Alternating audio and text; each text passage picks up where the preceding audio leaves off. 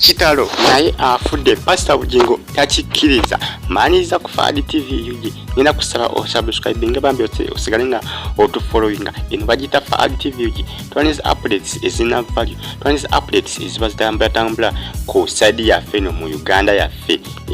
Amawuli agabagajjo ku updating okutegezaako ebiba bituuseewo. Nebaza Katonda kubanga akyabankumidde. Basubscribers bange mwena abalungi. Nina kusaba osubscribinge boba oli mupya. Tandise ne bus ekika kya linki enegudde ebitundu bye Kabira Maido side ze yengulu munaye erebedo mugoba waayo nekola ki negwa kwa accident. Wabula police y'ebitundu bye yengulu mu Northern etegeeza nti walabika waliwo abantu abanyigibwa basi eno wansi mu mito gya basi era nga abantu bana banyigiddwa basi wansi mu mito eyo kubaddeko abakyala basatu kosa n'abaana bana. Polisi ya Northern bweto munaye ekoze announcement negamba kitaka mulimu ko abantu abanyigibwa basi wansi mu mito eyo. Akabenje kano kadde kamanyi naye nga abantu basinga bambi basodo kwekanga basi matuka driver waayo abuuseeyo olubuuka aninge gyabuuse abantu bagenze kulabanga ye ali weeru nga basi etomedde ebbali ninga driver abadde yafuutuse muddanga ali ki ngali bweru bewunyizawo ne bagamba yi wafuutuse mutya mu basi gwe driver kugamba driver ye obukodi bwakoseza okufuutuka mu basi eno butabudda abantu bonna ababadde bunga akabenji kano kakola ki kagwawo naye nga bambi kitalo nnyo eky'abantu abanyigibwa bambi wansi mu mito basi ne badde edduka buwe ebadde edduka sipidi n'engejiwa byemu bambi kibinyo okutwaliza wa mu kibinyo. Fadi TV gina kusaba mbi osubscribinge.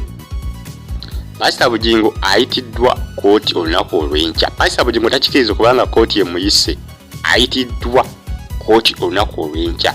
Nsonga za Teddy Bugingo ensonga za Teddy Bugingo zikyalanda. Jukira Pastor Bugingo ne mukyala Susan Makula bali bagendayo mwezi oguwedde omwezi ogwokunanga gutandika bali bagenda wa mu kooti naye ng'omulamuzi nisawoleza wa government baali tebazze kolunga tebakoze kati ne baddayo kati kooti zemu ne muyite enkya bamugambye ekyabukereza enkokola addeyo mu kooti. Ensonga za Teddy Bugingo zikyalana. Teddy Bugingo teyakkiriza musango teyakkiriza na nsalawo ya kooti.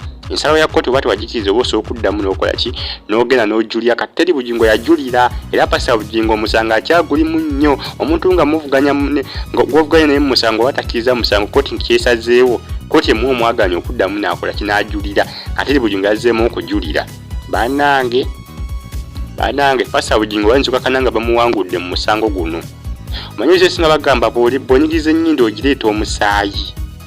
Teddy Bugingo ajja kunyigiriza nnyo Pastor Bugingo omusango ako agumegge nonkwadde kooti yali yasalawo nti Pastor Bugingo ne Susan Makula be bali bawangudde omusango era n'agamba Teddy Bugingo kooti negamba Teddy Bugingo abaliyirire sente zonna ze basasanyiza muki musango n'ebyapa abikwata bimwe ne Teddy Bugingo abadde ne bakuwa Pastor Bugingo byapa baba musango gukyalanda. Teddy Bugingo akyalemeddeko mukazi mmekete. Teddy Bugingo mukazi mmekete akyaganye awuli ayagala wangula omusango guno.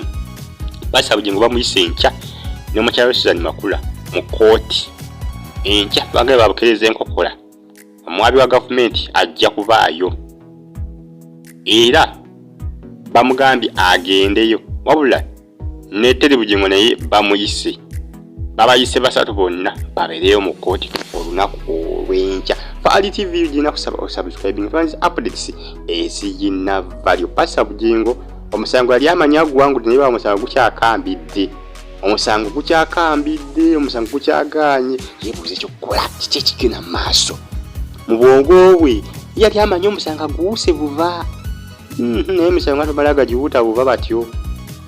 Emisango tegiba myangu ate omusango teguvunda. Kooti yeebaawo ku buli side ya muntu ogamba nti nze sakkiriza kooti bane sakkiriza julira wati wakkiriza julira yango demolope naye ng'okyusizaamuko mu mpaaba. Kati Teddy Bugingo ekyo kye yakola yaddamu n'awaaba naye ng'akyusizaako mu mpaaba. Pastor Bugingo masiga meerere Faali TV UG mu subscribing tumetinga mu video eddako.